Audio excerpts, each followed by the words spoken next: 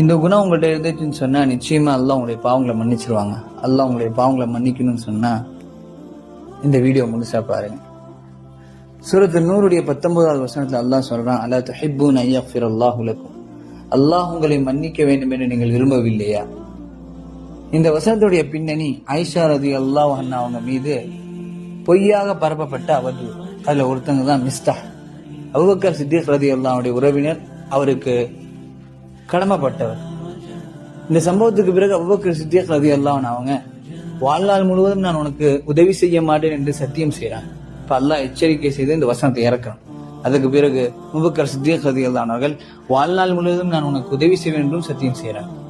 அப்ப நமக்கு கடமைப்பட்டவங்க யாராவது சின்ன தவறு செஞ்சுட்டாங்கன்னு சொன்னா, நமக்கு எதிராக ஒரு சூழ்ச்சி செஞ்சுட்டாங்கன்னு சொன்னா, நமக்கு எதிராக ஒரு காரியத்தை செஞ்சுட்டாங்கன்னு சொன்னா நம்மளால பொறுத்துக்க முடியாது. ஆனா இந்த இடத்துல அல்லாஹ்வுடைய மன்னிப்பு நமக்கு வேணும்னு சொன்னா நாம அவங்களை மன்னிக்கணுங்க. நமக்கு கடமைப்பட்டு நமக்கு கீழே இருக்கக்கூடிய, நமக்கு கீழே வேலை செய்யக்கூடிய அந்த வேலைக்காரங்களாக இருந்தாலும் சரி, யாராக இருந்தாலும் சரி, அவங்க செய்யக்கூடிய தவறுகளை மன்னிச்சிங்கன்னு சொன்னா அல்லாஹ் அவங்களுடைய தவறுகளை மன்னிப்பாங்க.